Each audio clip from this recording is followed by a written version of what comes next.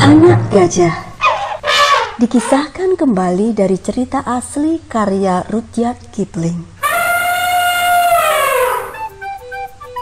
Zaman dahulu, gajah tidak punya belalai.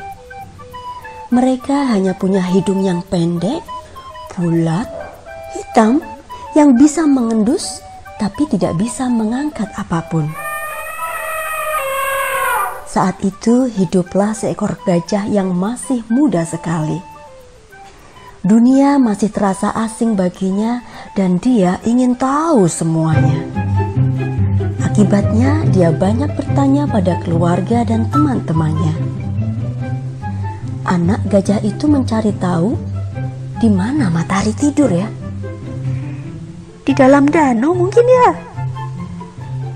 Kenapa zebra temannya punya garis-garis? Ya kalau totol-totol dia akan terlihat lebih lucu kali. Dan kenapa pemakan semut makan semut? Karena namanya pemakan semut, betul kan? Ya tapi masih ada beberapa hal yang anak gajah itu belum tahu.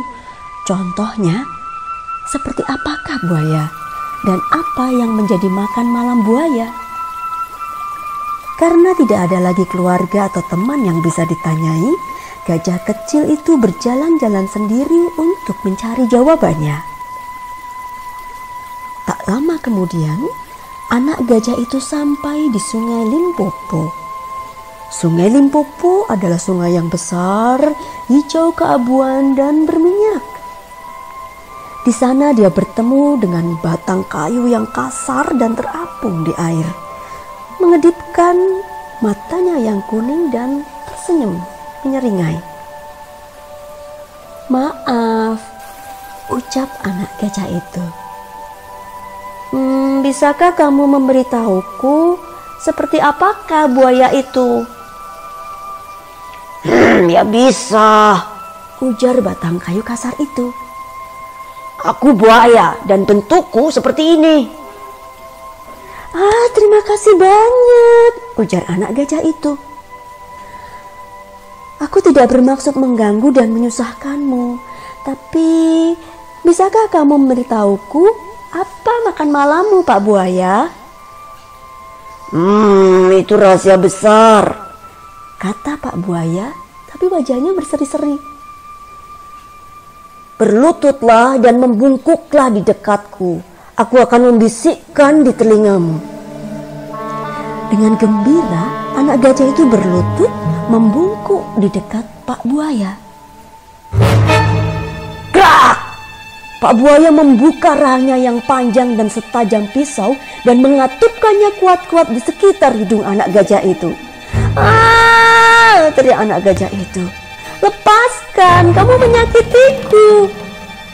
Tapi Pak Buaya tidak melepaskannya. Dia mencengkeramnya lebih kuat dari sebelumnya dan terus menariknya. Anak gajah itu sebenarnya senang berenang, tapi saat itu dia sedang tidak ingin masuk air. Maka dia duduk dengan celananya yang kusut dan terus menariknya supaya dia tidak masuk ke dalam air.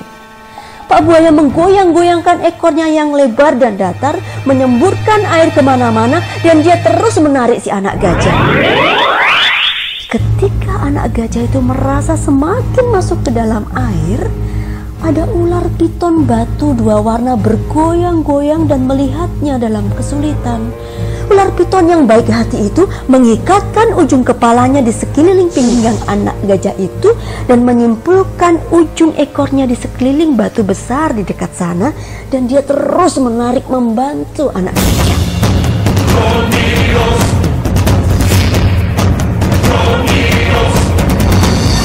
Tiba-tiba hidung anak gajah itu bebas.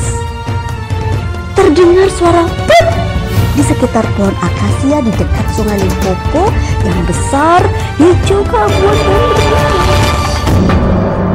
"Terima kasih banyak," ujar anak gajah itu pada ular itu, dan dia mulai melilitkan hidungnya yang sakit pada daun pisang yang dingin.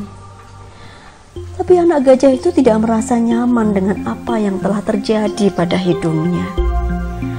Hidungnya terasa lebih panjang, lebih tipis, dan tentu saja menjulur. Dia duduk di lumpur dengan sedih lalu menyentuh hidungnya dengan lembut. Kamu punya belalai panjang yang bagus, ujar ular piton batu 2 warna yang baik hati itu. Dengan belalai panjang itu, kamu bisa mengangkat berbagai benda, juga menyemprotkan air ke tubuhmu dan lain-lain. "Oh, benarkah?" tanya anak gajah itu dengan senang. "Menurutku, belalai itu sangat bermanfaat dan sangat bagus," ujar ular piton batu 2 warna yang baik itu. "Kalau kamu pulang, anak-anak gajah lain pasti ingin punya hidung seperti itu." Jadi anak gajah itu sama sekali tidak terkejut ketika beberapa minggu kemudian dia melihat antrean panjang gajah di tepi sungai Limpopo dekat pohon akasia untuk bertemu Pak Buaya dan menanyakan apa yang akan dimakan Pak Buaya malam ini. Adik-adikku sayang, demikian tadi cerita tentang asal muasal belalai gajah. Kalau adik-adik pernah membaca buku Bobo, maka dari situlah ide munculnya Bona si belalai panjang. Cerita ini dibuat oleh Rudyard Kipling, peraih Nobel Sastra untuk penulis berbahasa Inggris pertama sekaligus termuda. Begitu kita akan mendengarkan cerita lain lagi. Sampai jumpa.